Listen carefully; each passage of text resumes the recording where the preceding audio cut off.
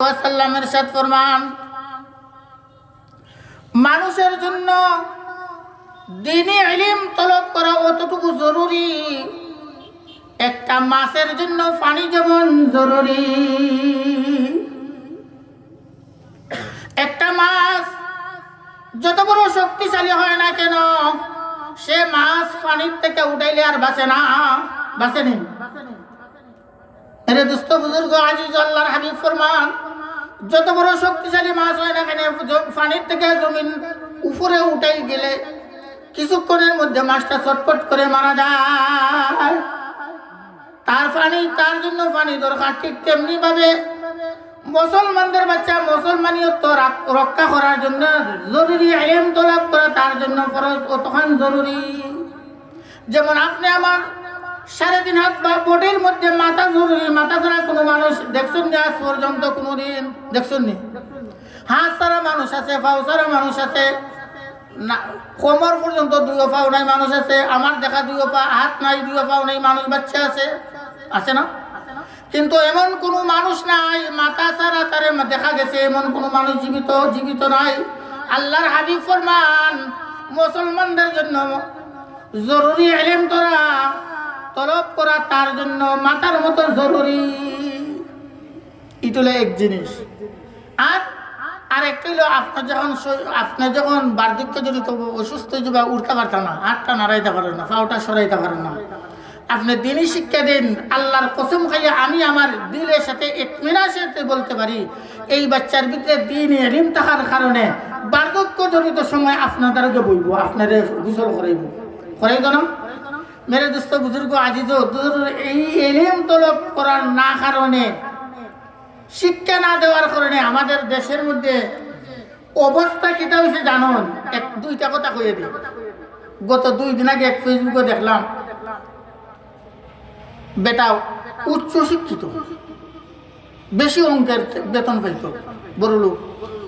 তার 2টা ছেলে, একটা মেয়ে। মেয়েটা বড়, মেয়েটা ইটালি না কোন জায়গা, সুইডেন, ইউরোপ কান্ট্রির মধ্যে বিয়া দিছে।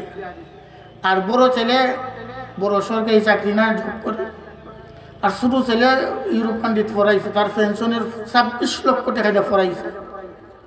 তার ওয়াইফ নাই, মারা গেছে। বেটা স্ট্যাটাসের মধ্যে লেখছে, যখন চাকরি করতাম ভালো হয়েছিলাম, চাকরি রিজাইন দেওয়ার পর পেনশনের টাকা ছিল কিছু, ভালো হয়েছিলাম, বড় ছেলের সাথে থাকতো। কিছুদিন যাইতে না যাইতেই এখন তো রিটায়ার্ড হয়ে গেছে, পেনশনের টাকা শেষ হয়ে গেছে। এখন দেখা যায় বড় ছেলের বউ তারা ঝগড়া করিয়া বাপরে বাড়তে বার করে দিচ্ছে। উচ্চ শিক্ষিত দরি মানুষ, মেয়ে ইউরোপ থেকে খবর লয় না। ছোট ছেলে ইউরোপ আর কোন দেশ শিক্ষা দীক্ষা অর্জন করে দেশে আইছে, আইয়া বাবারে কল দিছে, রাস্তার মুড়ো দেখা করতো, বাসাত না। বালাপুরা জিজ্ঞাসা করে দৌড়ছেও না, আলোক বালাপুরা জিজ্ঞাসা তার ছেলের বিয়া পরে দিন। বাপে জিজ্ঞাসা করলো, ফুট ও তো আশা ভরসা করে পড়াইছি, বিয়া করবে, তোর বৌমারে আমি দেখতাম না, আমার বৌমারে দেখতাম না। ছেলে উত্তর দিল, তুমি দেখার দরকার নাই। ওই দেখা শেষ, বিয়া করে ছেলে আবার গেছিল। ওই বেটা এখন বৃদ্ধাশ্রম আছে। বৃদ্ধাশ্রম তাকে কইতেছে, কয়ে আমি এত উপার্জন করলাম, এত বড় চাকরি করলাম, করার পরেও কতটুকু সংসার করার পরে আমার সব কিছু দেওয়ার পরেও একটা ছেলে আমার খোঁজ দেয় না, মেয়েটাই খোঁজ দেয় না, আমার বাসস্থান হয়েছে বৃদ্ধাশ্রম। এরপরে আল্লাহর বান্দা, যেহেতু কোরআনের ইলম, কোরআনের জ্ঞান না থাকার কারণে হয়, কোরআন শিক্ষার কথা কয় না, কয় নীতি নৈতিকতা ও তার শিক্ষার অভাবে আমার সন্তানরা এরকম হয়েছে।